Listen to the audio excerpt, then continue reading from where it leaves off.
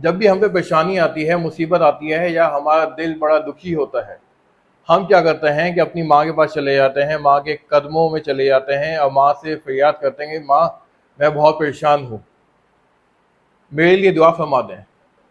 اس وقت ماں کیا کرتی ہے ہماری؟ کیا منہ پھیر لیتی ہے آپ سے،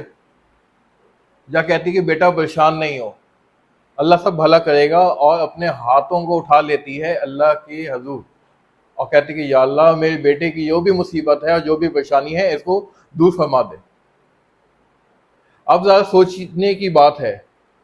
کہ اللہ جس نے پوری کائنات بنائی، کیا ہم اللہ کے حضور بھی ایسے حاضر ہوتے ہیں اور ایسے اپنے دل کی باتیں کرتے ہیں تہجد میں یا کسی بھی پہر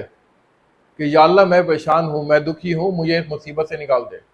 ہم ماں کے پاس ہو جاتے ہیں، یاد رکھیں کہ اس ماں کے دل میں جو ممتا ڈالی ہے اور اس کو جو ماں کا درجہ دیا ہے وہ بھی اللہ نے دیا ہے، تو اللہ ہماری باتوں کو کیسے ٹھکرائے گا؟ ہماری جو سب سے بڑی غلطی ہے وہ صرف ایک ہے، اور وہ یہ ہے کہ ہم اپنی دل کی باتوں کو سب سے شیئر کرتے ہیں، سب سے کرتے ہیں، اور نہیں کرتے تو اپنے اللہ سے نہیں کرتے۔